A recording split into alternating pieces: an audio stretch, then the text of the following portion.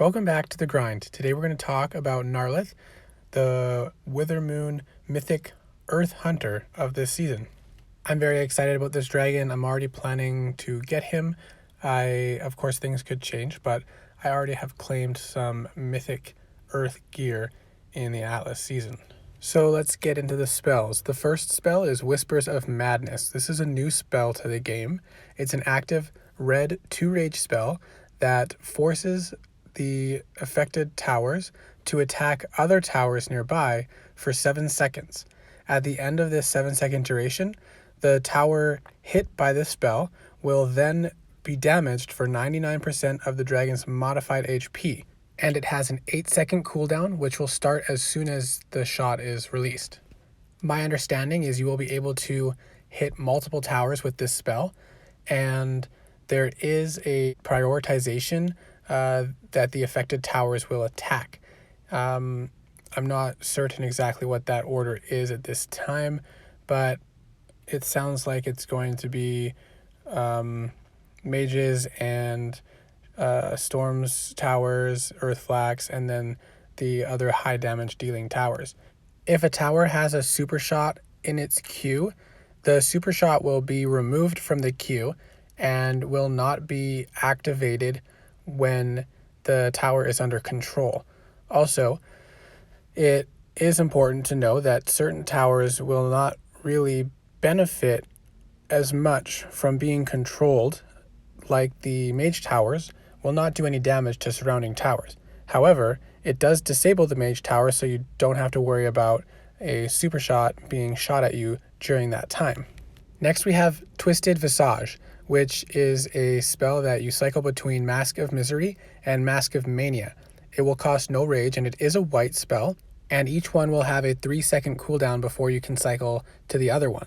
Now, Mask of Misery will sacrifice 15% of the dragon's modified HP and recover 2 rage immediately.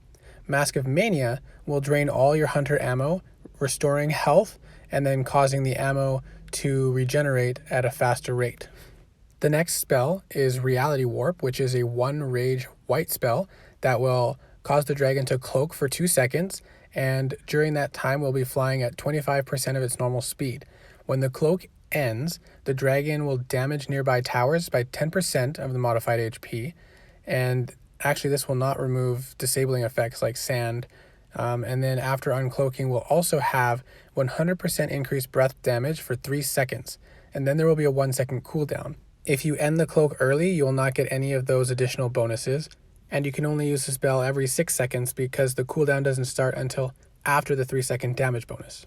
And then we have Mind Spike, a 1-rage white spell which acts like Death Gaze. It deals 200% of the dragon's attack damage to a tower and will restore 15% of the dragon's modified HP on cast, and has a 4-second cooldown. And the range of this will actually be big enough that you can hit 2 and sometimes 3 towers with it.